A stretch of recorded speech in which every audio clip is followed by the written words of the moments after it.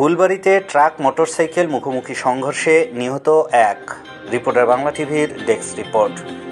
দিনাজপুরের ফুলবাড়ীতে ট্রাকের সাথে মোটরসাইকেলের মুখোমুখি সংঘর্ষে সাগর হোসেন বয়স 24 নামের এক মোটরসাইকেল চালক নিহত হয়েছে। এ ঘটনায় দুই মোটরসাইকেল আরোহী সহ 3 জন গুরুতর আহত হয়েছেন। রোববার 2রা ফেব্রুয়ারি সকাল 9টায় উপজেলার বেদদিঘি ইউনিয়নের চিন্তামন এলাকার ফুলবাড়ী মাদিলাহাট সড়কে পেট্রোল পাম্পের সামনে এ দুর্ঘটনাটি ঘটে। নিহত সাগর হোসেন উপজেলার বেদদিঘি ইউনিয়নের হরগোবিন্দপুর গ্রামের আবু তালেবের ছেলে। তিনি মালঞ্চা সরকারি প্রাথমিক বিদ্যালয়ের অফিস সহায়ক পদে চাকরি করতেন। ঘটনাটি নিশ্চিত করেছেন ফুলবাড়ী থানার ভারপ্রাপ্ত কর্মকর্তা ওসি খন্দকার মহিবুল ইসলাম।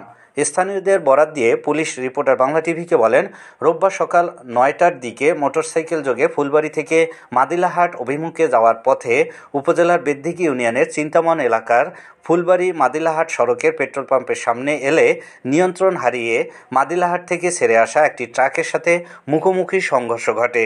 এতে ঘটনাস্থলেই সাগর হোসেন এর মৃত্যু হয়। এ সময় স্থানীয়রা গুরুতর আহত অবস্থায় দুই মোটরসাইকেল আরোহীসহ ট্রাকের চালককে উদ্ধার করে উপজেলা স্বাস্থ্য কমপ্লেক্সে নিয়ে গেলে কর্তব্যরত চিকিৎসক তাদের উন্নত চিকিৎসার জন্য দিনাজপুর মেডিকেল কলেজ হাসপাতালে প্রেরণ করেন। স্থানীয়দের ধারণা, ঘন কুয়াশার কারণে এ ঘটনাটি ঘটেছে।